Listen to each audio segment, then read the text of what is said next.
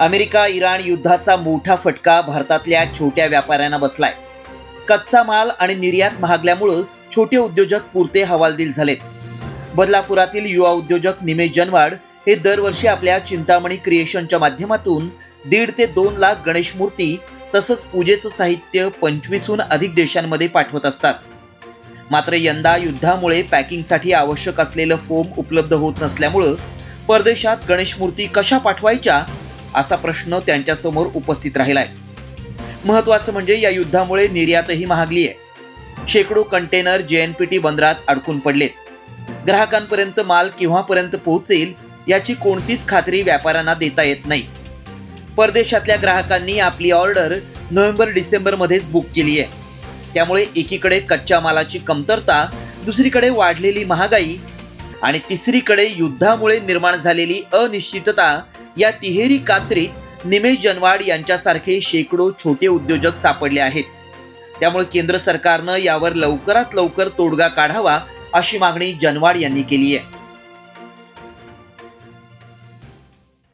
प्लास्टिकचे रेट्स पण खूप वाढलेले आणि गॅसेसची कमतरता, म्हणजे जवळपास आज गॅसेसची कमतरता असल्यामुळे हे पॅकेजिंग इंडस्ट्रीवर मोठा फरक पडलेला आहे. आणि जे आम्हाला आठवडाभर जसं सप्लाय येतो तसं सप्लाय न येता संपूर्णपणे आज 1 आठवडा झाला आहे, संपूर्णपणे सप्लाय स्टॉक झालेला आहे. तुम्ही पाहू शकतात की गणेश मूर्ती मोठ्या प्रमाणावर बनवून तयार आहेत, परंतु पॅकेजिंग करण्यासाठी त्यासाठी जे लागणारं पॅकिंग मटेरियल आहे त्याचं शॉर्टेज होतं आहे. आणि मला असं वाटतं की याची परिस्थिती फार गंभीर झालेली आहे. म्हणजे जवळपास एक 100 रुपयाची वस्तू आहे तर ती जवळपास एक 200-250 रुपयापर्यंत त्याचा दर वाढलेला आहे.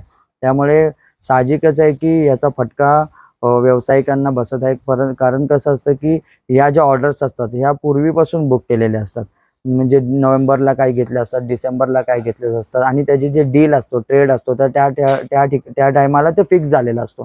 आणि अचानकपणे भाववाढ झाल्यामुळे कस्टमर करून पण रेट वाढवून मिळणं फार कठीण झालेलं आहे. आणि मला असं वाटतं की एक्सपोर्ट इम्पोर्टमध्ये पण शिपमेंट्स खूप लेट होत आहेत, ट्रान्झिट पिरियड खूप वाढत आहेत आणि कधी माल तिथपर्यंत पोहोचेल याची देखील शाश्वती नाही. तर थोडक्यात काय झालं की या वॉरमुळे लहान उद्योजकांवर फार मोठा संकट आलेलं आहे. दरवाढ झालेले आहे, भाववाढ झालेले आहे. माल विकत घेणं तर कठीण झालेलंच आहे, परंतु रॉ मटेरियलचा सप्लाय पण होत नसल्यामुळे या सर्व गोष्टी याला हिट करतायत. आणि आम्हाला देखील मार्च, एप्रिल, मे आणि जून या पिरियडमध्ये गणेश मूर्ती परदेशात पाठवायच्या असतात, परंतु रॉ मटेरियलचं शॉर्टेज असल्यामुळे कुठेतरी आमचं डिस्पॅच सिस्टम थोडी डॅमेज झालेली आहे. आणि लवकरात लवकर मला असं वाटतं की शासनाने याच्यावर लक्ष देऊन जे छोट्या लेवलचे जे बिझनेसमॅन आहेत त्यांना कसं याच्यामधून म्हणजे सावरता येईल हीच फक्त विनंती आहे.